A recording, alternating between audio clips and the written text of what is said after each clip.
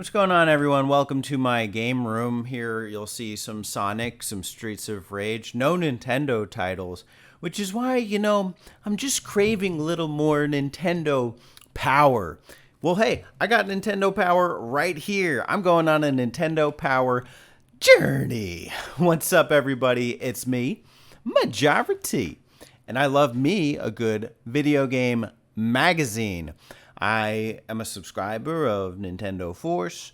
I used to get Game Informer back in the days, and apparently I had Nintendo Power as well. This is actually my first issue I ever owned. It was still on my shelves in my parents' house, and I retrieved it, and I read it, and I didn't remember it from when I was a child, but I thought I had Nintendo Power. Anyways, it's the only issue I've held on to after all these years, unless the rest are hiding somewhere in the house. I don't know. But assuming that it is, I wanted to go on a Nintendo Power journey. I am in the process of collecting and reading Nintendo Power issues. Nothing crazy. I'm not trying to, collect them all, but I do want to get in the habit of, getting one every week or so. They're cheap enough, and it's just a fun little project. And, I enjoy video game literature. I enjoy video game magazines. And, going back 20 some odd years into the minds and times of, Nintendo Power is really fascinating, especially before I was even a subscriber. Hey, is this before you're a subscriber? Well, it's not too late. Subscribe so you can play with Power too. Nintendo Power, all sorts of power. We got Sega Power, we got Castlevania Power. Sometimes Castlevania's on the Nintendo. Then you get Nintendo Power too, the sequel. But like I said, I'm getting a bunch of these, and this series will show you what my progress is. I'm going to go on a journey, and you can join along for the ride. I'm going to usually do 3 issues per episode, although for today I just wanted to do 2. Starts, with an intro to what this is, and also, I don't know, to see what comes out. How much do I really have to talk about?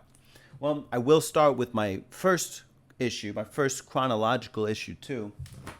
It is the Harold, the Potter. Boy, this guy's games were not great, although Elden Ring is supposedly, not Elden Ring, although Elden Ring is good. The Hogwarts Legacy. How did I mix up Elden Ring and Hogwarts Legacy? I don't know. All modern games just feel the same to me. But Order of Phoenix, I think, is the spotlight for this issue. I think it's the 5th game, Order of Phoenix. I lost track after 4 and 5. Maybe I can pull it up right now. Into the Fire. Goblet of Fire. Oh, it's okay. So it's book 4. Well, at least I got the order right. I know Goblet of Fire is 4 because that's when Cedric dies. Oh, gasp. All right, we've all read Harry, okay? I know. But anyways, it's really interesting to me that this gets the spotlight. I guess it is a blockbuster title, but those games have always aged really poorly. And to see the kind of Google eyes they give these games in the previews always kind of strikes me oh, it's going to be the biggest, best, most epic Harry Potter adventure yet. Of course it is, because the other 3 were dated already. So I don't really care for the Harry Potter segment in this issue. Actually, I should say that this one comes from October 2005. So it's pretty interesting era. This is when it's still GameCube era, but it's also the intro of the Nintendo DS. So I think that this one was getting announced for the DS. And maybe the GameCube? Let's see. Is it too late? Nah, I'm not going to look back for it. It doesn't matter. It's freaking Harry Potter. But the rest of the games are GameCube related. The Wii was still referred to as the Revolution at that time. So, this is an interesting time to be put back in. Battalion Wars was mentioned as kind of a bigger title. In the reviews, they had just reviewed Nintendogs. It was one of the first the biggest, best Nintendo DS games. They don't even deny that it's it's such a hit for what it is. They give it a 9.0. But also the Google Eyes thing. They're freaking complimenting Tony Hawk on the DS. It's never before. I couldn't imagine playing that freaking game. Another interesting one to me was they gave a, I think it was in this one. Let me see. They gave something a really high score. I think it's in the next one, actually. I'll come back to that then. All right. But the real highlight from issue October 2005, V196, I guess it's version or volume 196, was an interview, kind of, or like a check-in with a character design developer from The Legend of Zelda. Her name is Satomi Asakawa. Satomi, I think that's her first name. Yep, I got it right here. And it's in the process of the development of Twilight Princess, I believe. But she talks about her history getting into character design work at Nintendo. And, I think we frequently look over like the artists or character designers, especially the secondary ones. We don't really, lend the same importance to side characters that you don't play as you do the main characters.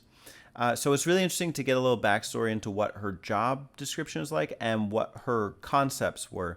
So her first project for either Zelda or Nintendo was Kaepora Gaebora, the owl, which was kind of a knockout. And then she went on to do a lot of other bubbly character designs for Nintendo as a whole. She did in Majora's Mask the Pamela, the little girl. She did the Bombchu gallery shop lady. She did the turtle, the turtle that pops out of the water in Majora's Mask.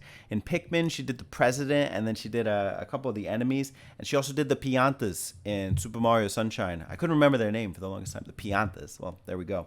That's her work, Satomi Asakawa.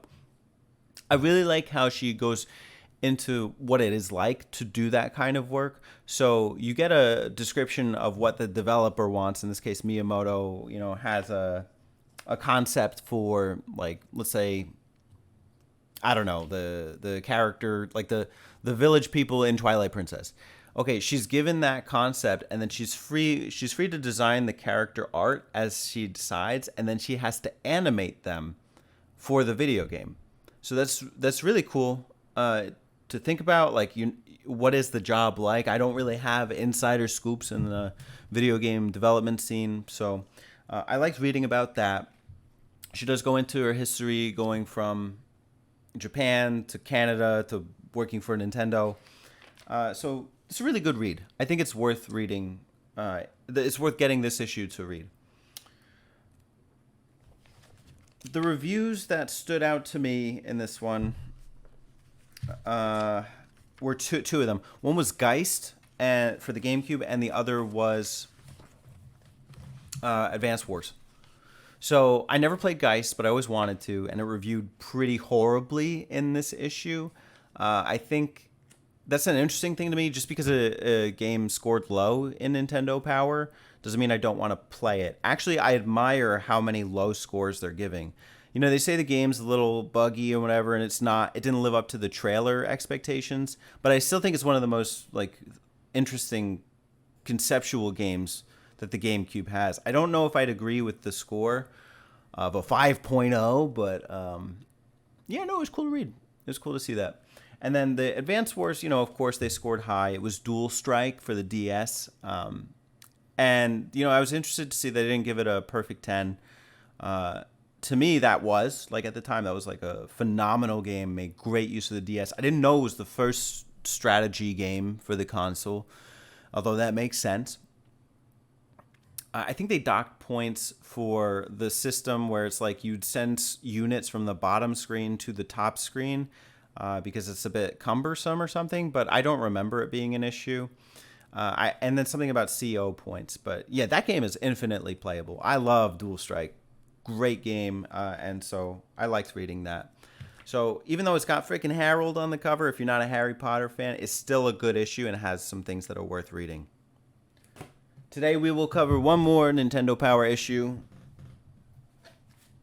It's from August 2007. We're jumping forward a couple years. It is Soul Calibur Legends. That is the spotlight here. So it's going into the Wii era. I think once you get into the Wii era, you have this weird phase where it's there's still the excitement where developers are figuring out how to use the the console. And even in the Soul Calibur Legends interview thing, they're saying we're gonna be the ones to figure it out. We're gonna be the ones to pioneer what swordplay looks like on this console, and it's gonna be striking. We didn't have the Wii in mind at first, but then our brains started working, and like now here we are. And I don't want to play the Wii. I don't think a lot of people do. You know, there are some Wii gamers out there, some wee little gamers, but you know, it just legacy wise, the readings are funny. Going back and seeing them. Other things that I liked in this issue, the Soul Calibur Legends bit. I mean, honestly, they did make it seem interesting because it's not strictly a fighting game. It was a deviation from Soul Calibur in that regard. You know, it's a fighting action adventure game. So I would be interested in trying it for that. I have to kind of flip back through this. I'm not remembering everything. I could have taken notes, but I wasn't really trying to. Another Harry Potter segment. God damn it, Harry, what the hell? Getting all the attention. I guess this one, the Order of Phoenix, was supposed to be pretty edgy. But they review it later in this issue at a 7.0. I think it is this one, isn't it? Let's see.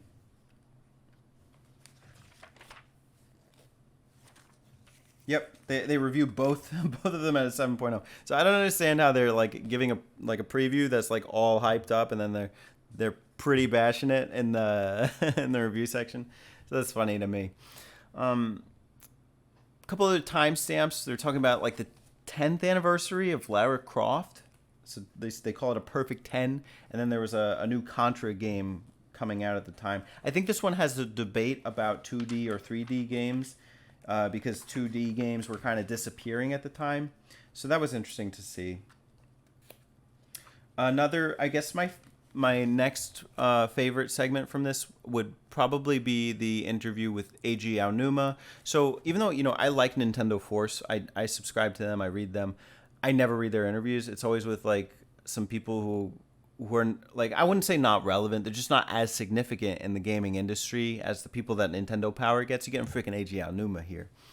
What I didn't love was that it just seems like the interviewer asked a series of questions without engaging thoughtfully with what the person was saying. Now, I'm not saying there's one right way or wrong way to interview someone, but if we're going to compare, I preferred the way that Satomi Asakawa was allowed to kind of just speak about what she wanted, and there were a couple of headings for her sections, versus the series of rapid fire questions. Eiji Aonuma is a little dodgy in how he answers things. One of the questions that's asked is like, do you prefer Wind Waker or do you prefer Twilight Princess now that it's out? He says, it's not that I prefer one over the other. I think they're both great in their own right.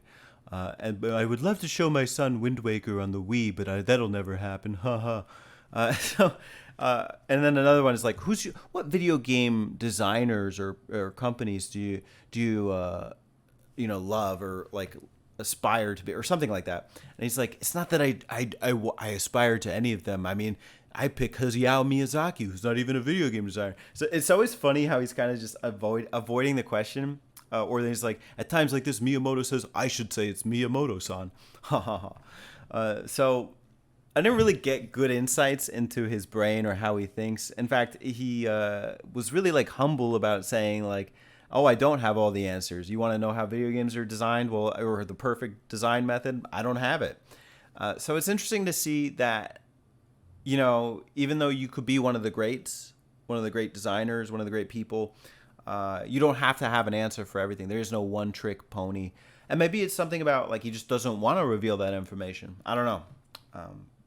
But it was cool to read. It was cool to see, you know, what he said. This one, I think, also goes into a spotlight of Square Enix RPGs that were coming out for the DS or Wii, and there were actually a bunch. I just want to verify that because I might be getting these issues mixed up.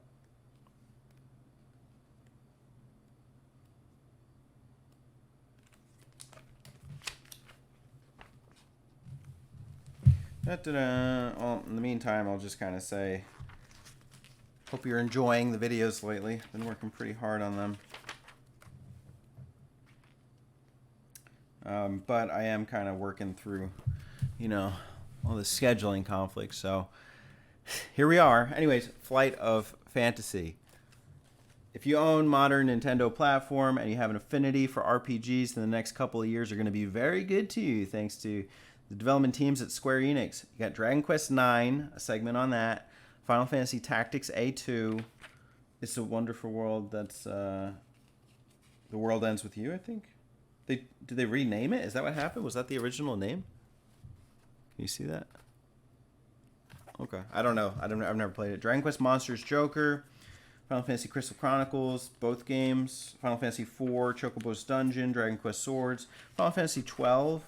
So back-to-back bangers. Well, I don't know. I wouldn't call them all bangers, but Square Enix RPGs. And personally, I liked a lot of those, even though they haven't reviewed great. I like Dragon Quest Joker. I like the Swords game. That was fun, dumb fun. Dragon Quest IX. That was the hit, really. It was interesting to see that in its development stage, they conceived of it as a multiplayer first experience, for that to be stated officially by Yuji Horii. That is not the the core game first. That's a deviation for the series, and I think it hasn't held up that way in terms of legacy for everybody. For some people, it has. Anyways, I'm glad I wasn't mixing up issues there. The reviews are kind of hit or miss here for me. Their highest review in this one, there's two. One is Resident Evil 4 Wii. That makes sense. The other is Brothers in Arms DS. And the guy admits, okay, it's an FPS game, a World War II shooter, or a third-person. Yes, first-person shooter, he's calling it. But it looks like third-person shooter. That's why I'm so confused looking at this now. He kind of makes fun of the fact, another freaking FPS on DS, what a joke. But I played it, and I actually really liked it. So, listen, I'll try it before I write it off. But, it doesn't look great. It doesn't look like it's held up. And, again, this is 14 years ago that they wrote this, 2007, 2023, 16 years ago. Wow. So, I don't know. But, you did have freaking, Halo and Call of Duty out at the time on regular consoles. And then the one that disappointed me was the Pokemon Battle Revolution review. They gave it a 6.5. It seems like Pokemon is an easy target to kind of bash on. The core reasoning was that it didn't have mini games like Pokemon Stadium did. And I think, when thinking back to what Pokemon Battle Revolution was, that wasn't the point. Yeah, it's not a perfect 10, but connecting your DS and putting your party in the game and seeing them in 3D and fight that way and connecting online and battling strangers, I had a freaking blast with that game. So that review is inaccurate to me. I don't see it so low. They got funny little captions here too. This lady, she's wearing a beret. Can I show it? No? There we go. Okay. She's wearing a beret and they say, if you can beat me, I'll let you keep my awesome beret. So I like that they're adding in those funny little quips. Yeah, those are the first two issues that I'm covering today for my Nintendo Powered Journey. It's also my first episode in this little mini series. So let me know what you thought, if you liked it, if you want to see anything else, in this format. What I mean by that is do you like how I edited this? Do you like the concept? Longer, shorter, let me know. I'm open. I'm open-minded. Cheers. Power up. Let's get this Nintendo power. You know what I'm saying? Have a great day, everybody. Talk to you soon. Bye-bye.